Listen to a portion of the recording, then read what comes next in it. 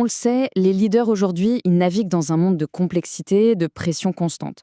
Le vrai défi, c'est de maintenir le cap, de prendre des décisions justes, d'inspirer les équipes.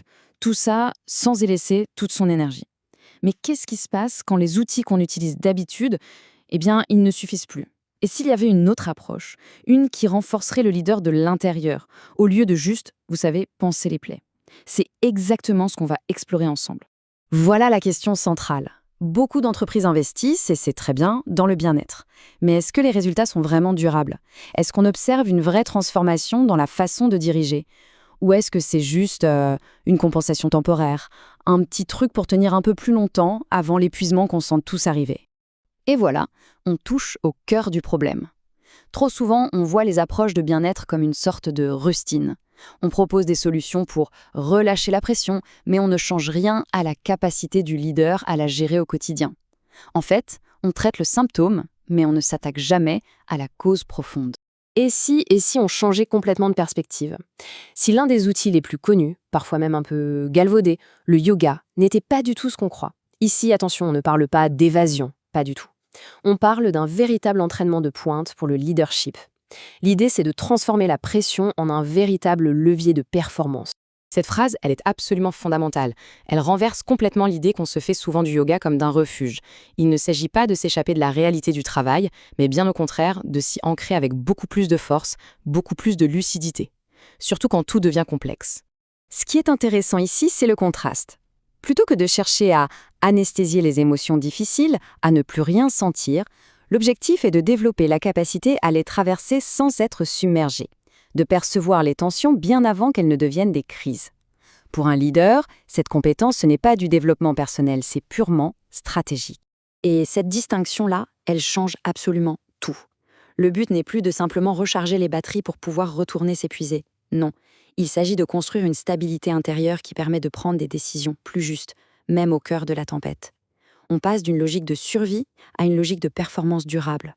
Alors, comment on transforme cette belle idée en une approche concrète, quelque chose d'applicable en entreprise? C'est là qu'intervient la méthode Sentosa.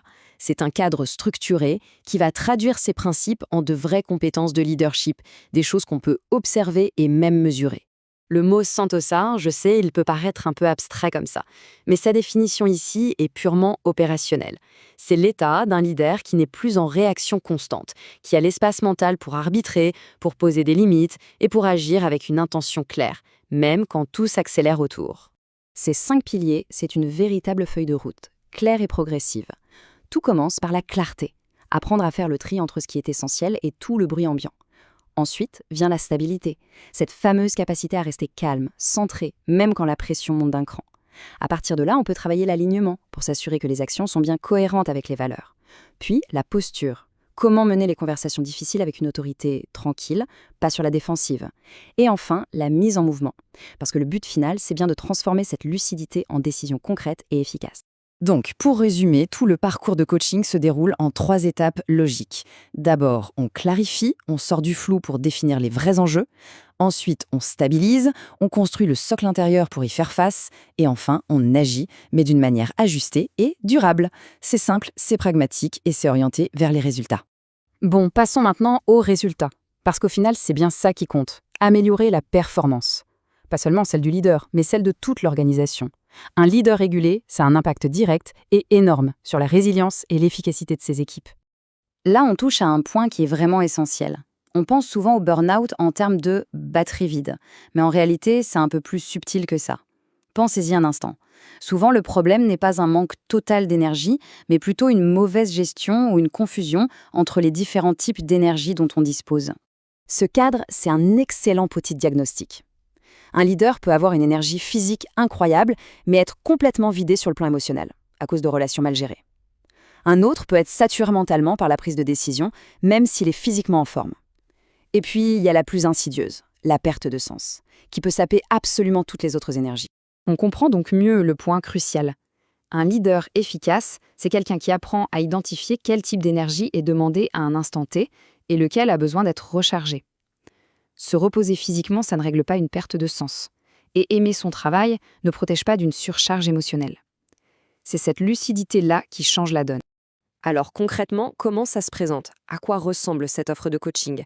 Elle est conçue spécifiquement pour les leaders qui ont de fortes responsabilités et, disons-le, un haut niveau d'exigence. Soyons très clairs, cet accompagnement, ce n'est pas une solution magique. Ça s'adresse aux leaders qui sont vraiment prêts à faire un travail de fond, pour construire une lucidité stable, une autorité intérieure et une capacité d'action qui tient dans la durée. C'est un partenariat exigeant, c'est vrai, mais pour des résultats profonds et durables. Et sur le terrain, qu'est-ce qu'on peut attendre? Concrètement, voici les effets qu'on observe le plus souvent.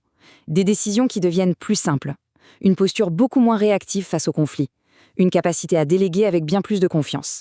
Et au final, une performance qui ne se fait pas au détriment de la santé du leader ou de celle de ses équipes.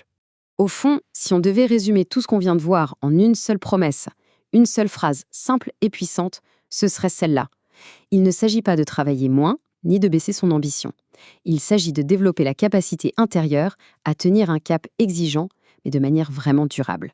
La meilleure façon de savoir si cette approche peut fonctionner, c'est tout simplement d'en discuter. Cet échange de 20 minutes, il permet de poser un premier diagnostic sur un enjeu précis et de voir très concrètement ce qu'un accompagnement pourrait débloquer. C'est rapide, sans engagement et bien sûr, totalement confidentiel. Merci d'avoir suivi cette présentation. L'enjeu du leadership de demain, il est vraiment là. Développer des leaders qui sont capables non seulement de performer, mais de le faire avec stabilité, avec lucidité et avec humanité.